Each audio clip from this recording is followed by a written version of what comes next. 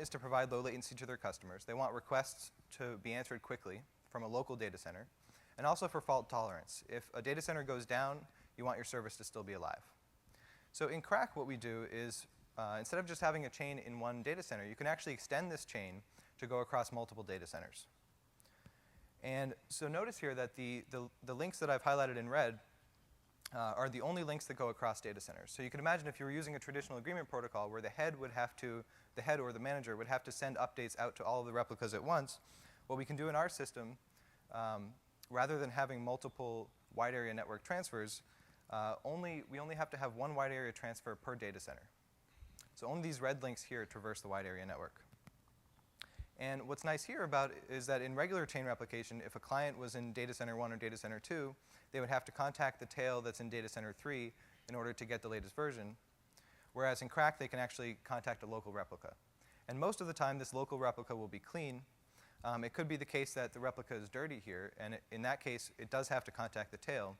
But remember two things. One, the request that it sends to the tail is just a small metadata message. So the tail only responds with a version number. It doesn't have to do a wide area large transfer. But in the other case, since we're considering read-mostly workloads, meaning that most of the time replicas will be clean, this doesn't happen very often. So now that we're talking about wide area network, we have a lot of questions here. So the question is, how do we configure these chains?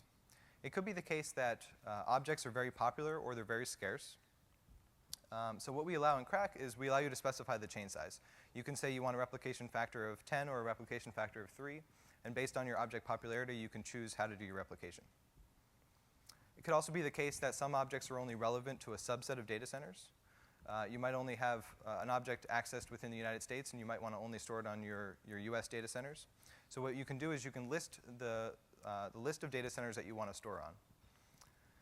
It might also be the case you have data center diversity, meaning that your data center in Virginia might be very large, while your data center in China might be very small.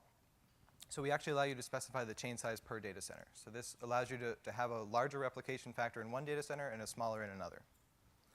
And it could also be the case that you have write locality, meaning that updates always come to one data center and never come to another. So what we allow you to do is specify a master data center.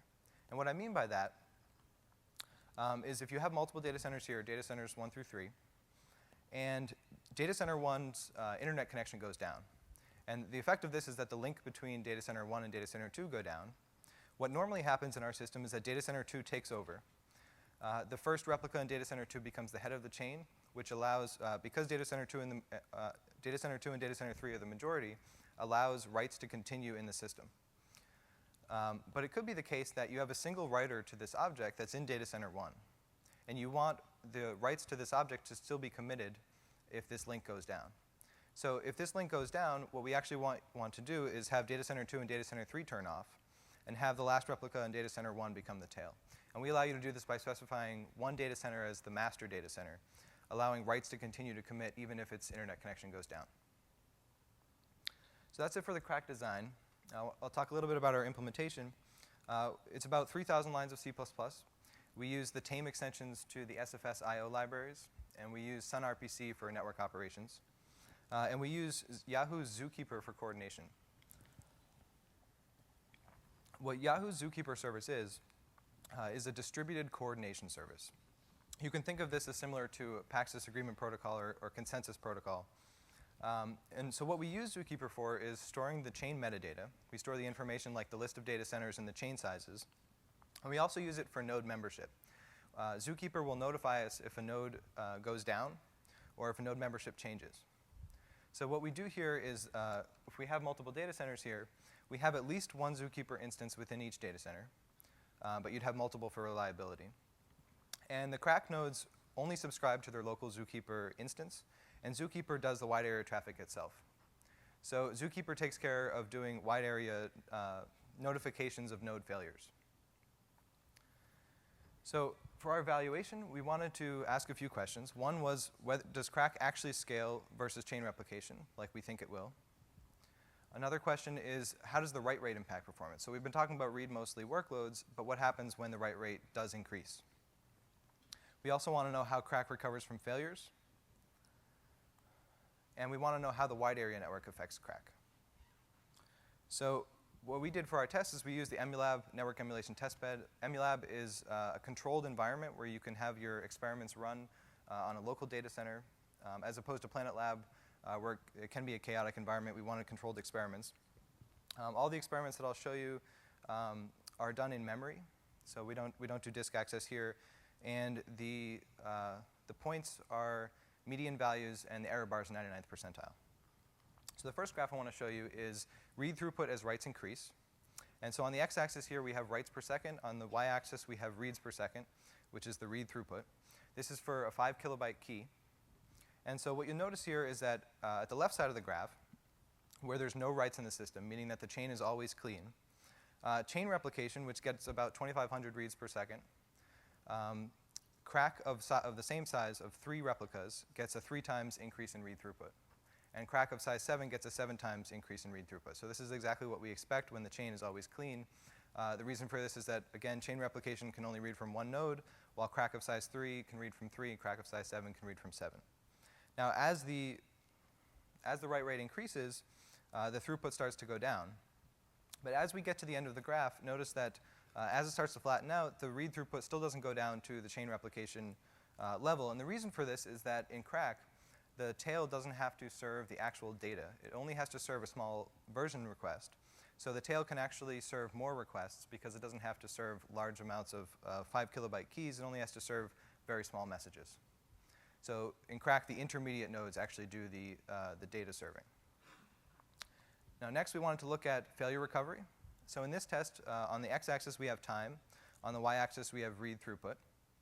This is for a 500 byte key, so you'll notice that the y-axis is about 10 times increased. So read throughput normally for chain sizes of 3, 5, and 7 are just like before.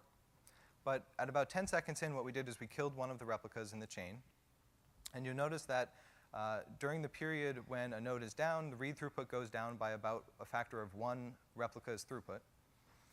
And the reason that it goes down for about 5 seconds is this is the time between when a node actually fails and when Zookeeper detects it as failed and notifies the rest of the chain that that node has actually failed.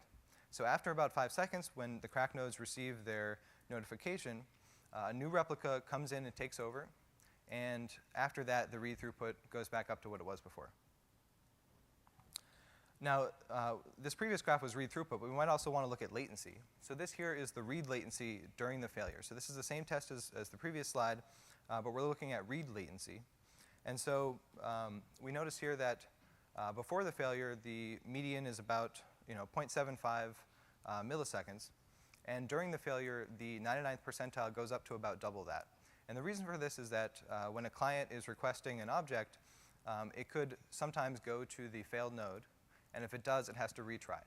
And when it retries, it gets a correct node, and that makes the latency about double. So this is actually pretty good. Write latency, though, can actually go up. So when we look at write latency, what happens here is that during the failure, the write latency can go up to about 5 seconds. And the reason for this is that during the failure, or during the period between when a node fails and when it's detected as failed, writes to the object can't be committed. And the reason for this is that they can't propagate fully down the chain because there's a node that's failed in between. So what we see is right at the beginning of the failure, when a write is issued, it takes about 5 seconds for it to be committed until the chain is restored. And lastly, we wanted to look at geo-replicated read latency. So what we did here is we looked at, we increased the write rate again. On the x-axis is writes per second. On the y-axis is the mean latency. This here is mean and standard deviation. And at the beginning of the graph, when the chain is clean, we're looking at chain replication versus CRAQ. And what we did here is we had a client requesting an object in a data center separated from the tail by an 80 millisecond round trip time. So what we see for chain replication, it takes about 80 milliseconds to get the response, whereas for CRAQ, it takes about 0 milliseconds because it can get it from a local replica. As we increase the write rate, the chain has a higher probability of being dirty. So we see that the CRAQ starts to increase and go towards chain replication.